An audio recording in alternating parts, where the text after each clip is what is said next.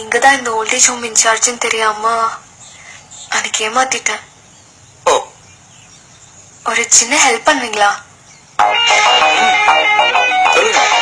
எங்க வார்ட் கவுன்சிலரை நீங்க ஒரு அறை விடணும்.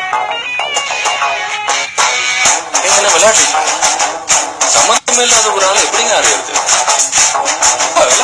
முடியாதுங்க. சரி நான் போறேன். ஒரு நிமிஷம். அது எதுக்கு என்ன பார்த்து அப்படி கேட்டீங்க? எது? இல்ல ஒருத்தர் அறியணும்னு சொன்னீங்களே அது. அது காலையில வார்ட் கவுன்சிலர் என்ன அறிஞ்சிட்டாரு. நைட் நீங்க அறிஞ்சீங்க.